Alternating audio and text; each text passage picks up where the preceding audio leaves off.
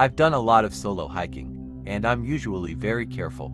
I always start early, follow my GPS, and make sure I'm back at the trailhead by 4 p.m. But this time, I got overconfident. I saw a faint, unmarked side trail leading up to Mount Cinder and decided to check it out. By the time I realized I was lost, the sun was already fading into a red smear behind the ridge. My GPS had stopped working an hour earlier. My phone was at 10% battery. The temperature was dropping fast. I wasn't panicking, but a cold, serious dread settled in, and I knew I might be spending the night out there. I had maybe 30 minutes of daylight left, so when I pushed through a patch of scrub oak and stepped into a clearing, in the center of it I saw a cabin. It wasn't a cozy log cabin.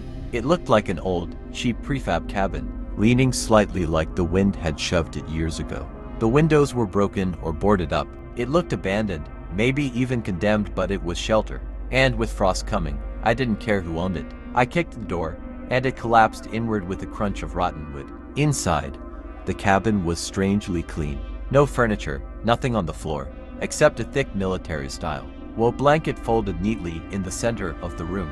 Everything else was covered in dust and cobwebs. Only that blanket looked fresh. I put my pack down. The last of the daylight disappeared, so I lit the single candle I had left. The flickering light showed something I hadn't noticed before: the walls. Every inch of them was covered in old paintings. They were portraits, dozens of them, from the floor to the ceiling. Each one was a close-up of a face, and every face looked wrong. They looked sickly yellow skin, wide heavy-lidded eyes, and a stretched, toothy smile that looked too large to be human. I tried to ignore them. I lay down on the clean blanket, pulled my jacket over myself, and forced my eyes shut. I drifted into a light, an easy sleep. That's when the noises began. Not knocking, not footsteps. A wet, dragging sound, like a huge tongue sliding across glass. It was faint but constant, coming from directly behind the painted faces. Then came breathing. The breathing was slow, deep, and heavy. Each breath made the air around me feel colder.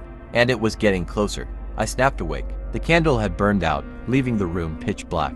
I grabbed my flashlight, but it died instantly. I was trapped in total darkness, surrounded by those smiling faces. The breathing stopped right at the wall beside me. Then I heard it again. I heard the wet, dragging sound followed by a soft tap. Then another.